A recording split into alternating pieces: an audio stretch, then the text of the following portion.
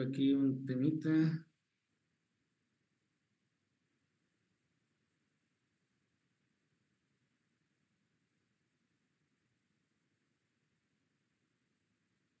Bien, tengo atributos para compartir, ¿verdad?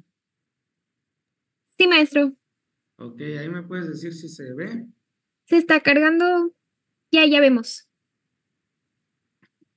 Bien, pues bueno, buenos días a todas y todos. Con el gusto aquí de saludarlos desde la ciudad de Querétaro. Muchísimas gracias al maestro José Luis Díaz Martínez, presidente de la ANAFINET, al contador Juan Carlos Gómez, por invitarnos a formar parte de esta comisión fiscal de la ANAFINET. Y bueno, ahí, Lourdes, ya se escucha mejorcito.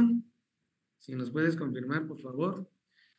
Bueno, vamos a platicar de estos temas donde la línea es muy delgadita entre lo que es la evasión, la ilusión, la defraudación y lo que es una verdadera y correcta planeación fiscal. Creo que es una línea muy delgadita, sobre todo entre la ilusión y la planeación, porque bueno, como lo vamos a ir viendo más adelante, eh, se escucha muy bajito. A ver.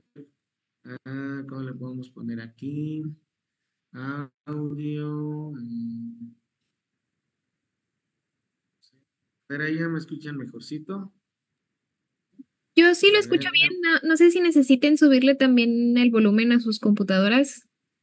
Ok, coméntales porque ya estoy aquí lo más cerquita a mi equipo. Ya vi lo del micrófono y aquí todo está de manera correcta. Bueno, vamos a avanzar y me van comentando si es necesario por aquí hacer alguna otra maniobra, ¿no? Y bueno, vamos a platicar, bueno, ¿por qué esta diferencia en estas tres figuras? Pues definitivamente, como les decía, es una línea muy delgada entre una y otra. Hay que recordar que, bueno, hay una necesidad, ¿no? De proteger al fisco siempre. El derecho fiscal siempre ha sido represor desde antaño, históricamente, pues había penas como la esclavitud, pérdida de nuestros derechos civiles, políticos, azotes, hasta pena de muerte en algunas ocasiones por este tema del derecho fiscal. No nos imaginábamos anteriormente que no pagarle el tributo al rey, el pagar los impuestos fuera tan represor. Hoy en día, pues nos andamos quejando ahí con una carta de invitación, con una vigilancia profunda, ¿verdad? Con diferencias entre los CFDIs que emitimos y los que hemos declarado y ya estamos diciendo que es terrorismo fiscal, ¿verdad? Antaño eran penas muy fuertes el no pagar el tributo, el no pagar los impuestos, ¿no? Sin embargo, bueno, como comentamos, debemos de identificar entre nuestro actuar fiscal, en nuestro mundo tributario, al momento de realizar nuestras operaciones, pues nuestras conductas, ¿no? Definitivamente hablar de un tema de defraudación, de ilusión o de una correcta planeación, finalmente es a través de conductas, a través de modos de actuar, de llevar a cabo nuestra acontecer del día al día. Y bueno, pues finalmente algunas de ellas pudieran ser que caigamos en algunas figuritas no tan correctas o que al fisco pues le puedan sonar que son elusivas, ¿no? Finalmente, bueno, pues lo vamos a ir analizando cuáles de estas conductas realmente son elusivas, cuál de estas conductas son evasivas y cuál de estas conductas son una verdadera y correcta planeación fiscal, ¿no? Entonces, bueno, dando seguimiento a nuestra presentación, comentaremos que hay que identificar de nuestras conductas aquellas que son relevantes, ¿no? Para el derecho. Algunas, como subir, bajar, comer, pues son irrelevantes para el derecho, no afectan en lo absoluto, pero causar, pagar, contribuir, defraudar incluso, pues son conductas relevantes para el derecho, ¿no? Algunas de estas conductas relevantes, pues se llevan a cabo con ciertas circunstancias, con ciertas eh, condiciones, como cuáles, bueno, pues algunas pueden darse con uso de engaños, aprovechándose de errores, pero pues algunas pueden hacer de día, de noche, en la oficina, y también entre las conductas relevantes y irrelevantes, pues vamos a ir conociendo aquellas circunstancias que hacen ver nuestro acontecer como algo que realmente pueda ir dándose alguna circunstancia específica encaminada con el cognitismo, con las ganas, con la intención de poder estar llevando a cabo alguna conducta, pues a lo mejor aparentemente ilícita o en el fondo realmente una conducta ilícita, ¿no? Muchas de estas circunstancias se van a estar viendo conforme se da el cognitismo, como lo decíamos, esas verdaderas ganas quizás de afectar a un tercero, de dañar en este caso al fisco federal, que es el tema que nos ocupa, no sin antes comentar que, bueno, el derecho regula nuestra conducta a través de tres modalizadores diónticos, ¿no? ¿Cuáles son esos tres modalizadores diónticos? Pues lo que está prohibido, lo que está permitido, lo que está, o que es obligatorio, ¿no? En el derecho vamos a estar encontrando conductas prohibidas, conductas permisivas y conductas obligatorias. Y lo que realmente va a sancionar el derecho, pues es lo contrario a lo mismo, ¿no? No hacer lo obligatorio, hacer lo que está prohibido. Y en la parte permisiva, pues queda ahí en el derecho la posibilidad o no de tomar precisamente esa opción que nos está dando el derecho. Y bueno, continuando con esto, podemos entonces entender que precisamente la ilicitud, un hecho ilícito, es como lo mencionábamos, la conformidad de nuestro acto con una conducta obligatoria, la conformidad de no realizar lo obligatorio, de realizar lo prohibido, o el deber jurídico es todo lo contrario, ¿no? Suena como trabalenguas estos temitas en ocasiones. Ahora el deber jurídico es precisamente hacer lo obligatorio, no hacer lo prohibido, y bueno, pues finalmente platicamos de que lo permitido pues puede o no estarse sucediendo.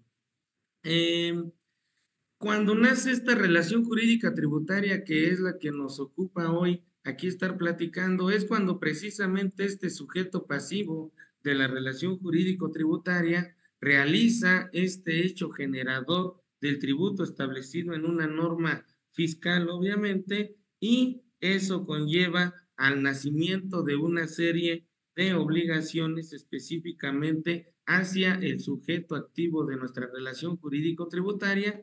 ¿Cuáles son esos derechos y obligaciones principalmente? Bueno, pues la obligación principal del nacimiento de esta relación jurídico-tributaria, que es obligaciones de edad, ¿cuál? Pues precisamente enterar, retener, pagar nuestras contribuciones, a obligaciones de hacer, como elaborar un CFDI, inscribirse, dar de alta a nuestros trabajadores, enviar una declaración informativa de operaciones con terceros, etcétera. Obligaciones de no hacer, que es precisamente parte de nuestro tema central de hoy, de no hacer conductas engañosas, no falsear información, no realizar un fraude a la ley, no realizar un abuso del derecho, etcétera, ¿no? Y finalmente, el sujeto pasivo de esta relación jurídico-tributaria, activo de esta relación jurídico-tributaria, que siempre es el Estado, aquel ya sea Estado, Federación o municipio que tiene todas estas facultades de recaudar, fiscalizar, ejercer el gasto público. Bueno, pues precisamente nace cuando esta persona física o moral realiza este hecho generador del tributo de acuerdo a su capacidad contributiva y obviamente en proporción a nuestra garantía de legalidad y seguridad jurídica, pues precisamente conforme lo dispongan todas nuestras leyes fiscales. Y bueno, una vez que nace esta obligación jurídico-tributaria, pues deberíamos de estar cuidando que nuestra conducta no sea un hecho generador de un delito, ¿no? Conociendo de manera general esta teoría del delito como toda conducta, una conducta que puede ser tanto de acción como de omisión, en el hecho de accionar lo prohibido o omitir lo obligatorio, pues precisamente se está realizando una conducta, que esta conducta sea típicamente, que sea típica quiere decir que tal cual cumpla con todos los elementos del tipo penal. En el derecho penal, igual que nuestro artículo 5 del Código Fiscal de la Federación, nos habla que la aplicación del derecho en estos temas debe de ser de manera muy estricta, no aceptando analogías, mayoría de razón, suposiciones, etcétera. Debe de estar descrita nuestra conducta tal cual como nos lo establece el tipo penal, con elementos objetivos, elementos subjetivos, que impliquen llevar a cabo esta conducta u omisión tipificada en la norma penal, en este caso el derecho fiscal, el Código Fiscal es una ley penal especial, y bueno, esa conducta típica debe de ser antijurídica, todo un tema de la antijuridicidad, porque pues eso representa que sea contrario a derecho y uno dice, oye, pues desde el solo hecho que estoy realizando la conducta que ley dice que es delito, pues ya es contraria a derecho, sin embargo en ocasiones no es así, a veces realizamos esa conducta marcada en la norma como delito, pero por algún acto que escapa a nuestra voluntad o a nuestra intención de delinquir, que es pues, en cumplimiento de un deber, en un estado de necesidad, el más común es en una legítima defensa, en ejercicio de un derecho.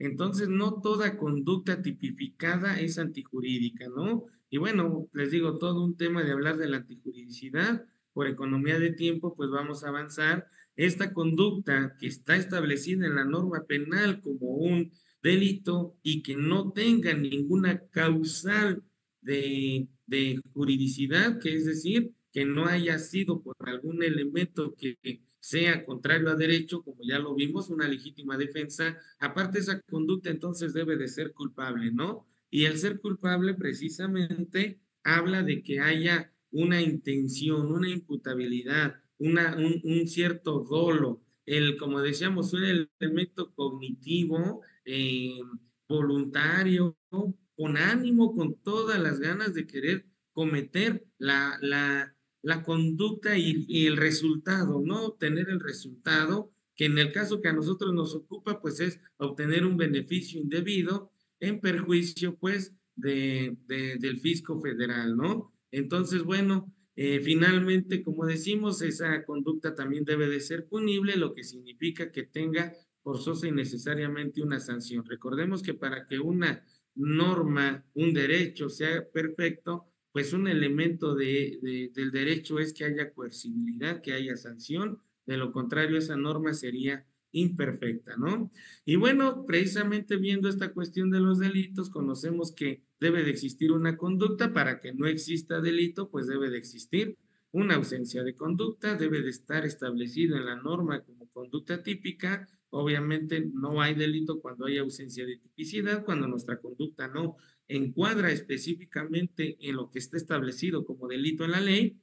Hablábamos de la antijuridicidad, que precisamente causas de justificación de mi conducta típica para que sea delito. Ya vemos algunas causales de justificación de la antijuridicidad. Obviamente culpabilidad, causas de inculpabilidad, por ejemplo, pues una fuerza irresistible, un error invencible, etcétera. Y la punibilidad, que pues la misma ley no diga, pues en estos casos se absuelve de toda pena aquel que cometa este delito, no sé, muy común cuando hay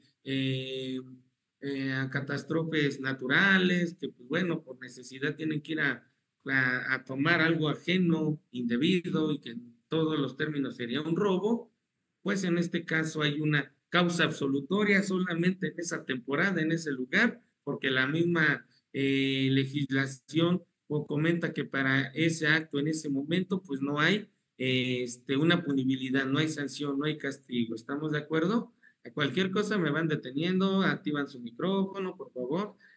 Sabemos que, bueno, estas pláticas son de 1 hora, sin embargo, a veces nos extendemos, nos vamos aquí hablando de más, y en ocasiones ustedes pueden tener alguna duda. Agradecemos de antemano a todos los que nos están escuchando, a todos los que están compartiendo con nosotros esta charla de la Comisión Fiscal de la ANAFINED, de la cual agradezco nuevamente que nos hayan tomado en cuenta para formar parte de la misma. Y bueno, como platicábamos precisamente el delito fiscal, yo sí les pregunto a ustedes, cuando estamos defraudando al fisco, que dice el artículo 108 del Código Fiscal de la Federación, que es precisamente engañando, aprovechándose del error en el que la autoridad se encuentra, evitando el pago de cualquier cantidad, obviamente disfrutando de beneficios inmerecidos. ¿Quién lo hace como que involuntario? ¿Quién lo hace de un estado de necesidad, en ejercicio de un mejor derecho, en una legítima defensa? Todo aquel que de alguna manera anda ahí en el tema de, de cometer estas conductas en el tema fiscal, como que es raro, ¿no? Que finalmente se haga a través de una causa de antijuridicidad o como que no sabiendo las consecuencias de la misma. Finalmente, bueno, pues algunas conductas no llegan a ser consideradas delitos, sino meras infracciones administrativas, lo cual, bueno, pues se sanciona con una simple multa, con una posible cancelación de sellos, etcétera, ¿no? Con algunas otras medidas un poquito menos fuertes, como en el derecho penal, que incluso la Total. sanción puede ser Él es el corporal, contra. ¿no? Con cárcel, lo menos es la pena pecuniaria, la pena económica. Sin embargo, bueno, pues hay que tener cuidado precisamente con la realización de estas conductas, ¿no? Y bueno, precisamente entremos en el hecho de definir qué es un delito fiscal, ¿no? Y ya decíamos, bueno, el Código Fiscal de la Federación es una ley penal especial por el hecho de que tiene infracciones o sanciones o delitos penales, vamos a llamarlo así. Y bueno, vamos a identificar tres tipos de conductas que, que el Código Fiscal establece como delito. Unas, obviamente, protegiendo la obligación fiscal principal, que es pagar. En el ejemplo lo tenemos en el 102, donde nos señala que comete el delito de contrabando aquel que extraiga o importe, introduzca mercancías al país, omitiendo el pago total o parcial de las contribuciones. Como ven, lo que cuida aquí el código fiscal es el pago de las contribuciones en el delito de contrabando. Sin embargo, también protege temas como la seguridad nacional, donde dice que precisamente comete el delito de contrabando aquel que introduzca o extraiga del país mercancía sin permiso de la autoridad competente, llámese alguna arma, algún medicamento, etcétera, que requiera cierto permiso, ¿no? O cuidando la salud pública, precisamente mercancía prohibida, que no debemos de estar introduciendo o sacando del país mercancía que de alguna manera esté prohibida. Entonces, el Código Fiscal regula este tipo de ilícitos o de conductas consideradas delito. ¿Quiénes pueden cometer este delito? Bueno, pues el artículo 95 del Código Fiscal de la Federación establece que pues, aquella persona que concierte la realización, aquel que realiza la conducta establecida en la norma, puede ser incluso de manera conjunta, sirviéndose de otra persona como instrumento para ejecutarlo, aquel que induzca dolosamente a otro a cometerlo. A veces ahí los asesores fiscales estamos en una línea muy delgadita, ¿no? Donde podemos estar asesorando un poquito a algunos contribuyentes a que vayan hacia la comisión o ejecución de algún delito, ayuden dolosamente para su comisión a otra persona, auxilien o después de su ejecución cumpliendo una promesa anterior, casi un acuerdo ahí, ¿no? De apóyame y pues ahí vamos el día de mañana con un apoyo económico,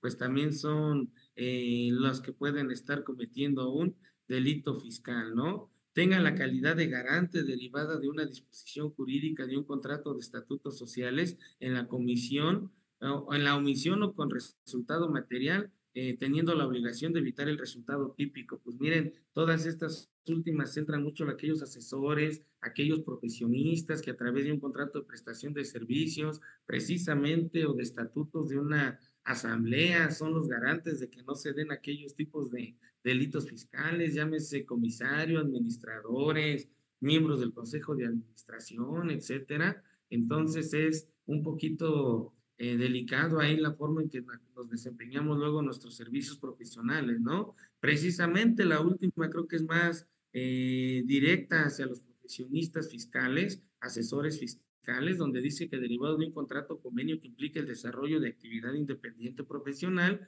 propongan, establezcan, lleven a cabo por sí o por interpósita persona actos, operaciones o prácticas que derive la comisión de un delito fiscal. Entonces, sí es muy imperante que nosotros actuemos con mucha diligencia, con mucha ética, con mucho profesionalismo, a través de cuando estamos asesorando dentro de nuestra actividad independiente a nuestros clientes contribuyentes, ¿verdad?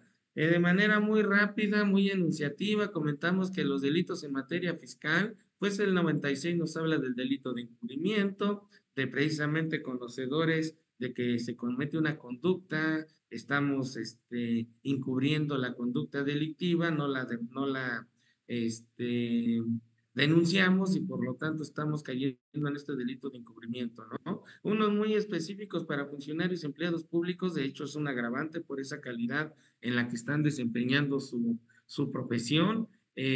Algunos artículos que son en grados de tentativa, donde pues, no se termina cometiendo o logrando el resultado típico, pero pues hubo una intención, el inicio de alguna conducta típica y que bueno, no se logra cometer por alguna razón el resultado final, ¿no? Hay que tener cuidado cuando las conductas son muy no reiterativas, porque serían varios delitos, sino se está cometiendo el mismo delito en el transcurso del tiempo de manera continua, continuada. Hay que tener cuidado porque pues también se convierte en un agravante, pareciera que hay reincidencia, sin embargo, no hay reincidencia de que hayan sido dos conductas diferentes, sino las conductas forman parte de un mismo delito, por eso se consideran que son conductas, delitos continuados, ¿no? Como ya vemos el artículo 102, el delito de contrabando, que precisamente habla con respecto a la introducción o exportación de mercancías del país, ya sea omitiendo el pago de las contribuciones, ya sea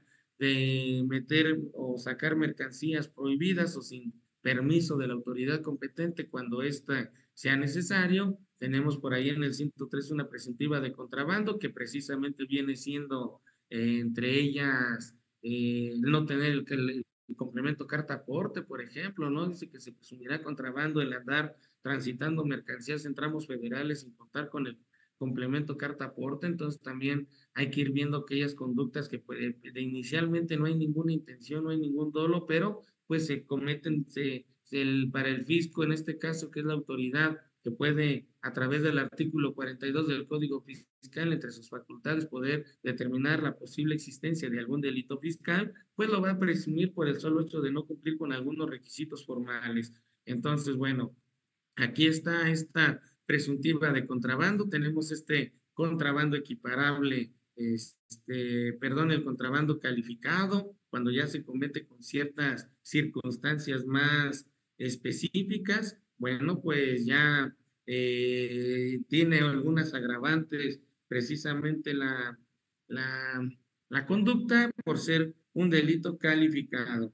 El delito de defraudación fiscal como tal, el 108 que nos habla pues de aquella persona que a través de engaños o aprovechándose del error comete un beneficio indebido en perjuicio del fisco federal y obviamente el 108 dice, y si se comete bajo estas circunstancias, pues obviamente será calificado a través de estas conductas muy específicas y la sanción pues también será mayor, ¿no?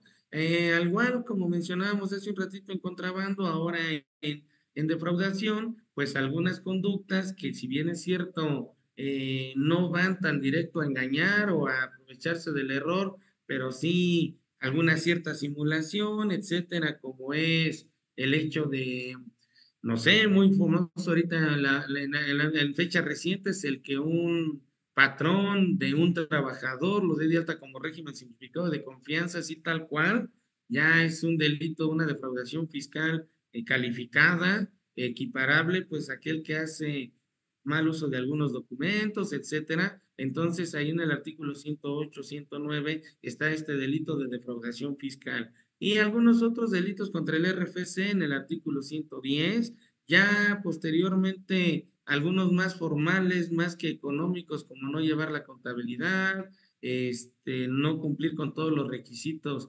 que establecen las deducciones, declarar pérdidas fiscales inexistentes, no presentar las declaraciones en tiempo y forma, o estar omitiendo datos o inventándose datos en las declaraciones. Y bueno, unos últimos muy novedosos como es el 111 bis, que habla sobre aquellos controles volumétricos de hidrocarburos, pues específicamente para temas por ahí de huachicol, ¿verdad? Estar llevando unos controles volumétricos en las estaciones de servicios, etcétera, ¿no?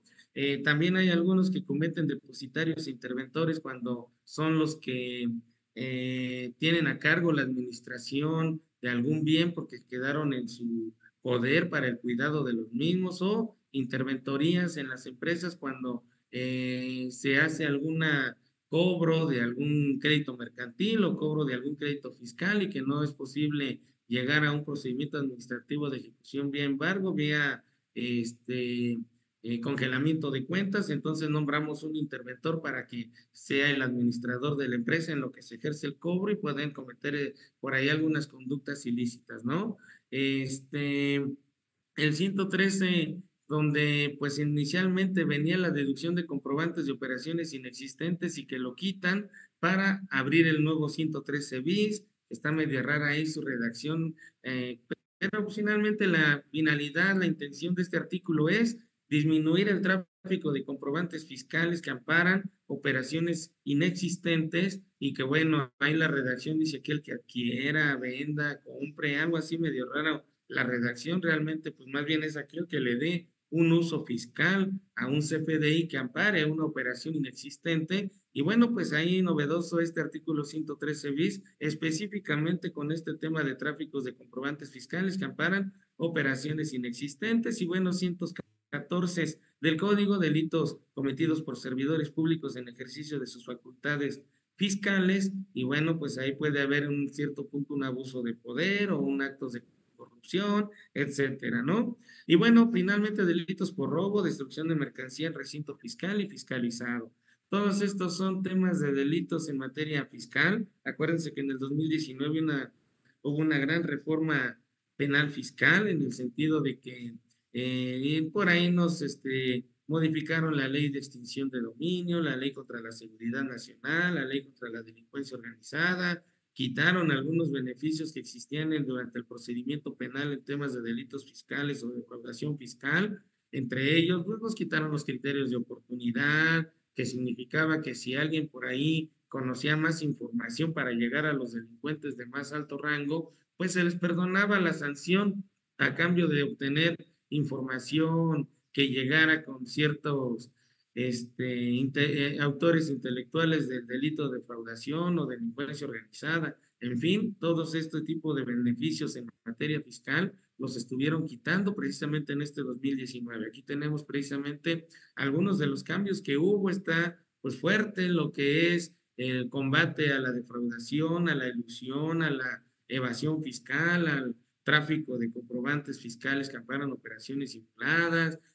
Pues ya disminuyó de alguna manera el régimen de subcontratación en materia laboral, que era el outsourcing, aunque hoy con la famosa prestación de servicios especializados u obras especializadas, la verdad es que nada más le han estado por ahí dando vuelta al nombre, pero pues conocemos desafortunadamente empresas que siguen jugando con los derechos de los trabajadores, simulando algunas prestaciones de servicios, contratos por ahí con algunas otras prestaciones. Y bueno, finalmente no se logra erradicar. Ojalá el día de mañana se erradicaran todo este tipo de prácticas fiscales indebidas, donde pues realmente actuemos conforme a legalidad, conforme a pagar de manera proporcional y equitativa nuestras contribuciones. Pero bueno, pues al día de hoy estos trabajos de esta reforma penal fiscal precisamente están tratando de disminuir, de alguna manera son intentos para disminuir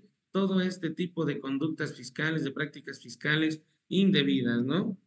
Entonces, bueno, la ley contra la seguridad nacional, pues ya cometer delitos fiscales amenaza a la seguridad nacional, imagínense, que ya dijimos precisamente que nace este 113 bis de tráfico de comprobantes, todos los beneficios que se tenían en materia de procedimientos penales, pues se han estado disminuyendo, aún así, pues imagínense, se iba en prisión a estar llevando el procedimiento contra un delincuente fiscal. Por ahí ha habido ya algunos juicios de amparo donde están poniendo como inconstitucional la prisión preventiva oficiosa en temas delitos fiscales. Sin embargo, bueno, ahí está la lucha entre los que cometen estas conductas y el gobierno a través de todas estas reformas a las leyes de procedimientos penales para, pues, aminorar, disminuir todas estas prácticas fiscales indebidas, ¿no? Decían también que no iban a proceder los acuerdos reparatorios, que era simplemente pagando el dinero que habían evitado, que habían defraudado. La suspensión condicional sería improcedente, no estar llevando precisamente en libertad el procedimiento. Ya hablábamos de los criterios de oportunidad, que pues dame más información con tal de llegar a los delincuentes de más alto rango, pues ya también al que se prestó, al que conoce información, al que solo era prestanombre, pues también van con todo a la pena corporal, en este caso de sanciones privativas de libertad, ¿no? Delincuencia organizada, dice tres o más personas que pues se organicen para ayudar a otras o para así con obtener un resultado, en este caso de defraudación fiscal, ¿verdad? Entonces, ¿cuáles son esas tres o más personas específicamente en este tráfico de comprobantes? Pues el EFO, el que emite la factura de operación simulada, el que interconecta, que por ahí pues, no vamos a decir nombres el nombre de la profesión, y empresa que deduce la operación simulada, ¿verdad? Entonces, por eso dice, pues esas tres o más personas que tengan ánimos de defraudar al fisco federal, pues ahora ya se consideran delincuencia organizada. Pues no sé si para bien o para mal, pero la cantidad de lo delinquido no debe de rebasar como de 8 millones. Disculpen, no he actualizado los 7 millones 804 que están en la lámina. Sin embargo, llega aproximadamente a 8 millones. Entonces, bueno, consuelo de algunos, si no han delinquido fiscalmente con más de 8 millones, pues no les aplica todas estas reglas de la nueva reforma penal fiscal, ¿verdad? Habrá otro tipo de sanciones. Y bueno, entremos a la parte de lo que es la planeación y no confundir lo que les digo, es una línea muy, muy delgadita entre la planeación y lo que es la elusión fiscal. Siempre es muy recomendable que estén empezando a tener la cultura de hacer contratos, de levantar actas en sus asambleas, que precisamente den soporte fiscal a nuestras operaciones. Obviamente eso nos da certidumbre de la fecha cierta en la que se fueron llevando a cabo dichas operaciones. Definitivamente no caer en la simulación o en las operaciones inexistentes a través de dotar de materialidad a nuestras operaciones. Y hoy en día ese famoso artículo 5A del Código Fiscal de la Federación que pide que tenga razón de negocios ahora nuestras operaciones, y llámese como razón de negocios el que obtengamos un beneficio económico razonablemente esperado con cada una de las operaciones que llevemos. Este artículo 5A pues viene a decirnos que no todo contrato o convenio va a ser válido, todo acto jurídico no va a ser válido si no tiene una razón de negocios, pero sí tiene un beneficio fiscal. Y bueno, entablemos nada más de rapidito que un contrato o convenio precisamente es un acuerdo de voluntades en el cual se establecen ciertos derechos y obligaciones entre los contratantes. Inicialmente el convenio crea, transfiere,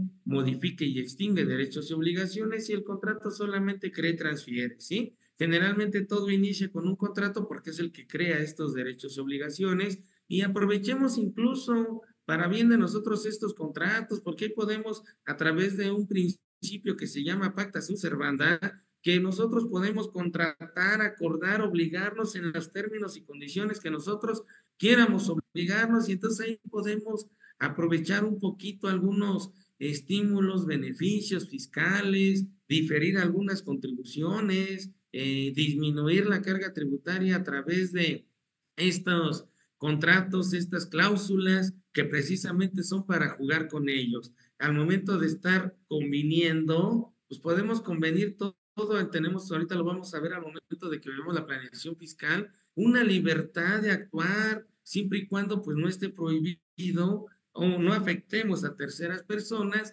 y no caigamos en una línea muy delgadita que es hacer fraude a la ley o un abuso del derecho. Entonces, vayamos respaldando todas nuestras operaciones con todos estos convenios y contratos, obviamente cumpliendo con todos sus requisitos de existencia. En el caso del objeto, bueno, pues ahí viene esa parte de la materialidad, de la existencia de lo que se está contratando y que tenga un beneficio económico razonablemente esperado, es decir, que tenga razón de negocios, ¿no? Dentro del objeto, pues tenemos que ver que sea determinado, determinable, que exista, que sea lícito, para que pues tengamos el elemento de existencia de un contrato.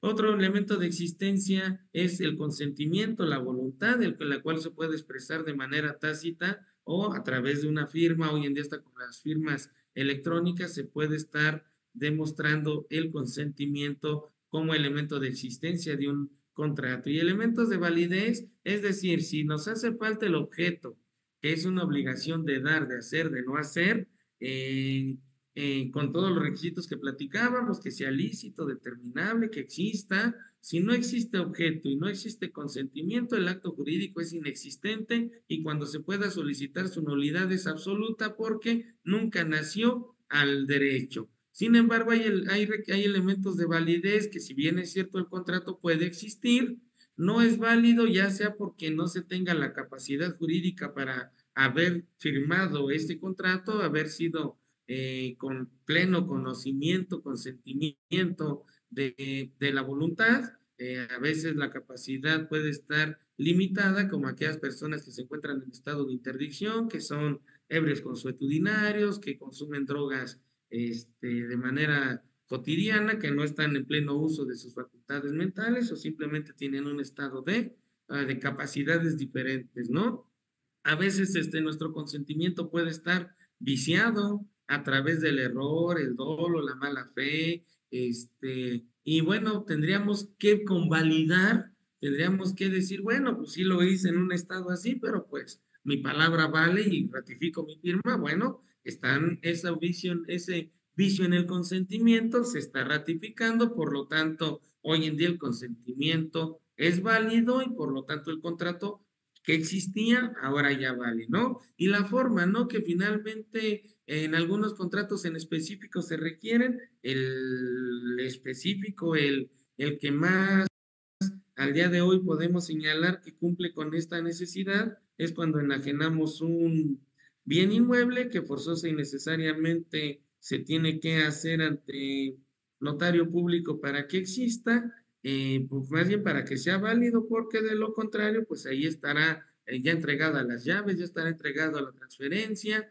pero mientras no cumplamos con esa forma de que se eleve a escritura pública, pues el contrato sigue siendo inválido. Existe, pero no vale, ¿verdad? Entonces la nulidad, cuando falta un elemento de validez, la nulidad es relativa, se convalida y se convierte al mundo del derecho con todos los elementos de existencia y de validez. Y bueno, la eficacia, la legitimidad, precisamente cuando se debe de tener la representación legal, el poder, las facultades para actuar en representación de otro.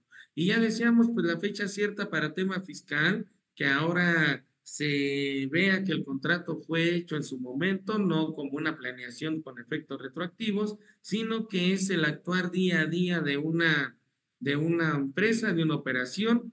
El dotar de fecha cierta para la autoridad fiscal ahora es un requisito obligatorio, aunque las leyes propias del contrato no lo exijan. Por ahí hubo un pleito muy sonado entre Prodecon y la autoridad diciendo, oye, ¿por qué me pides más requisitos a un contrato cuando la ley que regula el contrato no me dice que es obligatorio el requisito de fecha cierta? Sale un criterio, una jurisprudencia diciendo, ¿sabes qué? Pues para tema fiscal, en facultades de comprobación, la autoridad te va a pedir que tus contratos tengan fecha cierta para poderles dar un efecto fiscal. Para civil, mercantil, si allá aquellos jueces no lo piden, pues la ley no lo exige, está bien, pero en materia fiscal, solo en materia fiscal, va a ser necesario que tenga fecha cierta nuestros contratos. Y bueno, precisamente queremos caer precisamente en que en el contrato no caigamos en un abuso del derecho, en un fraude a la ley, tratando de simular mediante estos contratos lo que en realidad puede ser, ¿no? Que a lo mejor, por poner un ejemplo bien absurdo, que una relación laboral subordinada a través de un contrato de prestación de servicios profesionales, solo porque el prestador del servicio firma un contrato de prestación de servicios profesionales, ahora resulta que ya no es trabajador, cuando a todas luces se puede demostrar que hay subordinación. Entonces, por ahí podemos estar cayendo en actos de simulación, obviamente conlleva a una defraudación y por default en un delito fiscal, ¿no? Entonces hay que tener mucho cuidado al momento de elaborar estos instrumentos jurídicos de no caer en este tipo de actos simulados o defraudatorios, ¿no? Precisamente, pues la autoridad puede presumir que ese acto es inexistente o simulado y entonces vamos a estar cayendo a una simulación, a una defraudación, aunque obviamente cuando son presuntivas de las autoridades fiscales siempre son juris tantum, lo que significa que admiten prueba en contrario y nosotros tendríamos que demostrar la materialidad, la razón de negocio, la fecha cierta, la estricta indispensabilidad para mis operaciones, en fin. Entonces, nada más caer, como les decimos, que uno que es mi verdadero trabajador a través de que existe en materia civil, en materia mercantil, algunos otros contratos como prestación de servicios independientes, como comisionista mercantil, etcétera, pues no irnos con la idea de que como ya firmamos el contrato manda y esa es la verdadera realidad jurídica, ¿no? En el fondo puede estar simulándose a través de un contrato la verdad y entonces caer en un posible engaño hacia el fisco y eso nos lleve a cometer un delito de defraudación fiscal, ¿no? Como lo hemos estado platicando, vamos a dotar de materialidad nuestras operaciones, tratar de no darle uso fiscal a un CFDI que esté emitido por empresas que no tienen activos, no tienen personal, no tienen infraestructura ni capacidad material para poder prestar los servicios o se encuentren incluso no localizados y obviamente ese CFDI pues seguramente amparará una operación inexistente, ¿no? Precisamente con las operaciones inexistentes y las declaramos, pues caemos en una simulación. Al final todos estos son delitos fiscales o una operación que sí existe y no la declaramos, pues estamos cometiendo una evasión fiscal o precisamente operaciones existentes aparentemente legales porque están en un contrato, están firmadas, existen, pero pues lo hacemos con la única intención de disminuir la carga tributaria, pues estamos cayendo en una elusión fiscal, ¿verdad? Al final, todos estos son delitos fiscales y como platicábamos, bien puede ser evasión, bien puede ser defraudación, bien puede ser elusión aparentemente legal mi conducta, pero en el fondo estoy obteniendo un beneficio indebido en perjuicio del fisco federal y entonces todas estas conductas terminan siendo defraudatorias, delitos de defraudación fiscal, ¿sí? Precisamente mencionábamos que pues el SAT en sus facultades puede estar demostrándonos que una operación puede ser inexistente o simulada a través del procedimiento que establece el 69B y pues a demostrar ahí a las empresas que facturan estas operaciones, pero principalmente a las empresas que deducen. Realmente al que le pega más fuerte este tipo de presuntivas es a la empresa que deduce, porque la empresa que deduce es la que realmente trabaja, gana, tiene todos sus actos lícitos, pero con ese ánimo de no querer pagar lo que de manera proporcional le corresponde según el 31 fracción cuarta constitucional, busca algunas salidas pues defraudatorias, poco éticas, poco responsables, y es la empresa que sí existe, la que tiene los trabajadores, la que da fuentes de empleo, la que realiza la actividad económica, pero busca este tipo de operaciones y es a quien le rechazan las deducciones, obviamente aumentan las bases tributarias, en el mejor de los casos pagan los impuestos, de ahí en fuera pues tiene algunas otras de situaciones de delitos, ¿no?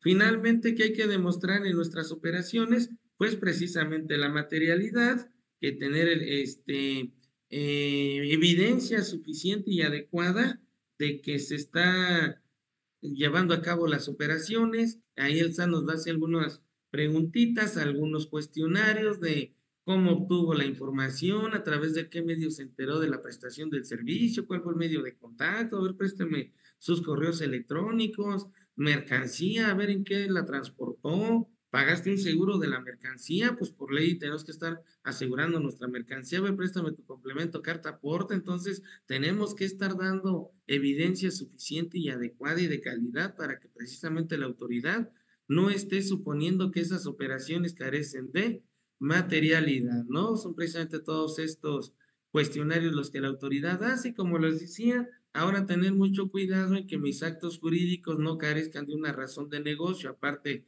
genere un beneficio fiscal y eso lleve a que precisamente la autoridad le dé el efecto fiscal que corresponda al beneficio económico razonablemente esperado. ¿Cómo es que podemos llegar a eso? A que yo realice un acto jurídico aparentemente legal, me genera un beneficio fiscal, pero no me genera un beneficio económico. Pues lo podemos hacer, como decíamos, en estas figuritas muy delgaditas entre la legalidad, entre lo bien hecho, entre lo ético o una conducta defraudatoria llamada elusión fiscal, ¿sí? Entonces, bueno, precisamente para esto nace el 5B del código, el 5A, perdón, del Código Fiscal de la Federación, donde me dice, bueno, si tu acto jurídico carece de razón de negocio y genera un beneficio fiscal, la autoridad le va a desconocer sus efectos en proporción a la ganancia, a la razón de negocios que hayas hecho con esa operación. Y si tu beneficio económico, tu razón de negocio es nula, pues el beneficio fiscal, el efecto fiscal de esa operación será nula también, ¿no? En palabras muy generales, ¿sí? Cuando carece de razón de negocio es una operación, pues cuando el beneficio económico es menor al beneficio fiscal, o cuando el beneficio económico lo puedo alcanzar más rápido sin tantas intermediarios o vueltas que me generen beneficio fiscal, pues ese acto jurídico carece de razón de negocio. Cuando tengo un beneficio fiscal, más deducciones, más exenciones, no sujeciones de una contribución o de una ganancia, cambio de régimen fiscal a uno más benéfico, etcétera, ¿no? ¿Y qué es el beneficio económico que tanto esperamos demostrar? Aumentar ingresos, reducir costos, mejorar mi posicionamiento en el mercado, etcétera. Si ese acto jurídico me genera esto y aparte un beneficio fiscal, bienvenido sea, dice el fisco, pero si no genera estos beneficios, pues ese acto jurídico, por muy legal, por muy válido que puedas hacerlo, pues no le daré ningún efecto fiscal, ¿sí? Y es precisamente donde tenemos que demostrar que nuestros actos jurídicos tienen razón de negocio, ¿verdad? Y bueno, ¿cuándo nacen nuestras obligaciones fiscales? Al momento en que realizamos la situación jurídica o de hecho previsto en la norma fiscal, que es precisamente el hecho generador del tributo y es cuando nos convertimos en deudores tributarios, ¿no? ¿A quién le corresponde determinar sus contribuciones? Pues obviamente al contribuyente. Al día de hoy todavía existe este principio de autodeterminación de las contribuciones, aplicando las normas fiscales en el momento de su causación, pudiendo las del procedimiento aplicar las vigentes con posterioridad. Sin embargo, nos vamos a quedar con este gran artículo 6 del Código Fiscal de la Federación, porque precisamente nos dice, oye, tú para determinar tus contribuciones, y si la ley fiscal te da opciones para la determinación, la que elijas, aplícala durante el mismo ejercicio y no la cambies. Pero nos quedamos con esta de opción y elección. Tenemos entonces, aunado a nuestro artículo 5 constitucional, una garantía de libertad de escoger, hacer, contratar, pagar y gestionar lo que a mí se me dé la gana, siempre y cuando sea lícito y sea la que mejor me acomode. Le vamos a llamar economía de opción. Entonces, si mi principio constitucional me dice que yo le puedo pagar a quien yo quiera, lo que yo quiera a través de un contrato, aunque no me dé un beneficio económico, porque el 5A hoy me dice que ese es un acto elusivo solo porque me genera un beneficio fiscal? Sin embargo, las leyes nos dan muchas opciones, muchos beneficios, muchos estímulos que nosotros debemos de elegir, que debemos de escoger y por lo tanto, pues hacer una carga óptima de nuestras contribuciones.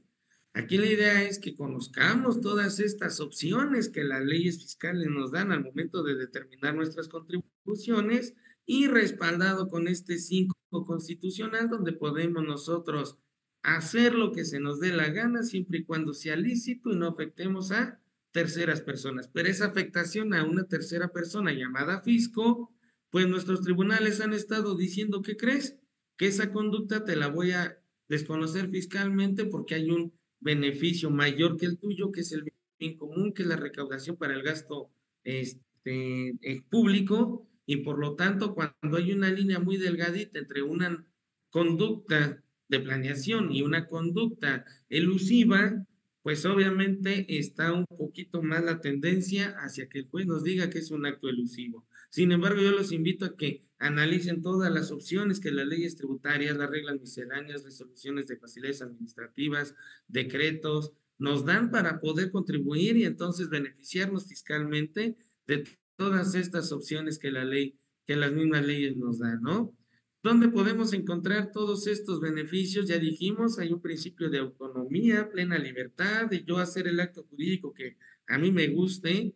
Tenemos las leyes que nos dan esas opciones. Es más, los contratos hasta pueden ser innominados, contratos inventados por nosotros mismos, contratando, acordando, negociando algo, ¿qué?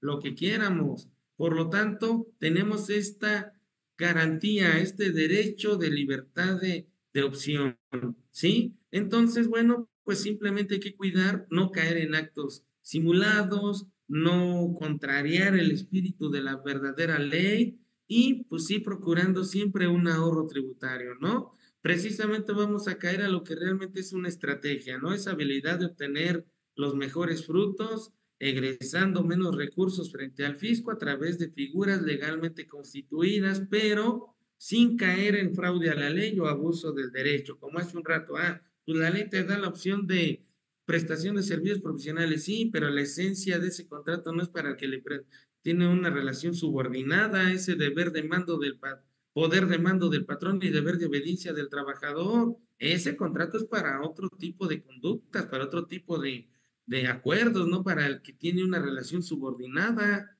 Por lo tanto, sí, está una obtención de un mejor fruto, un menor recurso al fisco, pero la conducta ahí legal no es la indicada de una prestación de servicios profesionales, materia civil, cuando está cumpliendo con todo lo que señala el artículo 20 y 21 de la Ley Federal del Trabajo, de lo que es una relación subordinada y por lo tanto ese contrato estamos haciendo una simulación. Entonces, la línea delgadita entre la figura legalmente constituida, precisamente que es un camino viable pegado a la ley, tributando menos, es lo que realmente debe de hacer un planeador fiscal, ¿no? Desde constituir una sociedad ya estamos planeando, al momento de administrarla y gestionarla y conductas del día a día con nuestros contratos, con nuestras actas de asamblea y obviamente al momento de enterar, optando por la economía de opción a que nos refiere el artículo 6 del Código Fiscal de la Federación.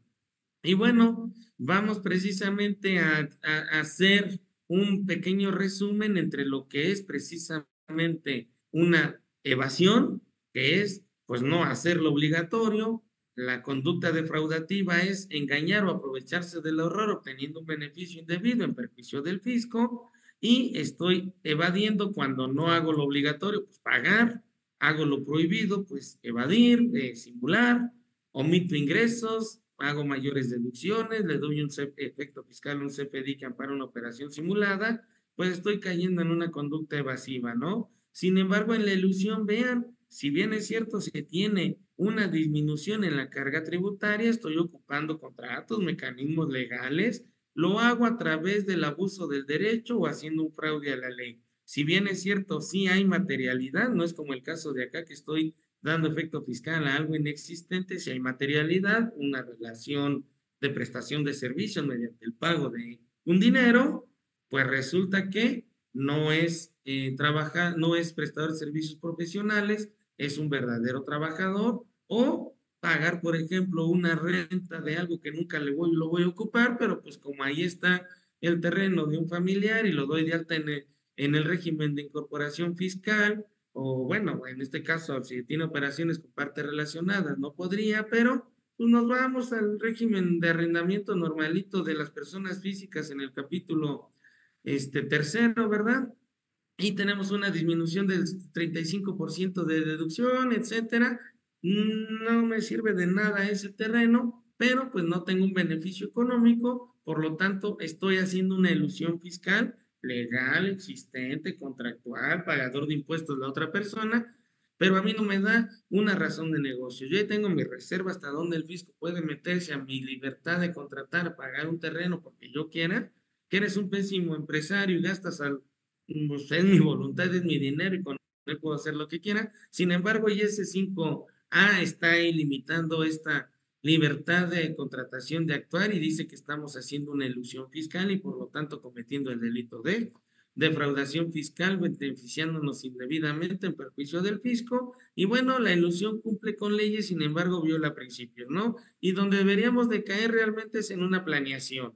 aprovechando los beneficios fiscales con apego a leyes y decretos, teniendo soportes documental, contratos, actas, dotando de materialidad, de razón de negocios, con un control interno correcto, manejar esta cultura preventiva del compliance fiscal legal, obviamente reportando nuestros esquemas al SAT al momento de presentar nuestra declaración anual, brindando seguridad al contribuyente, debe de ser un verdadero espíritu de un fiscalista. Directrices que no impliquen riesgo, uso correcto de la verdadera economía de opción a través de la miscelánea, facilidades administrativas, decretos, opciones de las leyes tributarias, ¿sí? Entonces, como podemos ver, es una línea delgadita entre la ilusión, la evasión y lo que es la verdadera y correcta planeación fiscal, que es lo que a nosotros nos debe de dar nuestro conocimiento, nuestra pasión en estos temas fiscales y tributarios para lograr una correcta planeación. A través de todos estos programas de compliance, incluso son atenuantes de algún posible delito fiscal el que tengamos un compliance, un marco normativo, se presume que estamos obrando de buena fe al momento de tener este gobierno corporativo dentro de nuestras empresas. Es una plática tremenda todo esto del compliance. Y bueno, pues es motivar precisamente a las personas jurídicas que adopten medidas en su organización para prevenir y detectar comisiones de hechos delictivos, evitar que los cometan sus funcionarios, sus trabajadores, y bueno, pues descubrirlos para mejorar todas estas áreas de oportunidad. Y bueno, sabedores que incluso hoy en día las personas morales como cualquier ente jurídico, no solo personas sociedades mercantiles, sino cualquier figura jurídica que cometa hechos ilícitos, obviamente a través de sus apoderados representantes, pues también ya son posibles de obtener una sanción. ¿Cuál? La liquidación, la disolución, etcétera, pero eso no quita la responsabilidad final que tienen sus autores materiales, que son son sus administradores, son sus representantes legales. Bueno, pues no tenga alguien alguna duda, algún comentario. Con esto estamos terminando esta breve plática aquí en la Comisión Fiscal.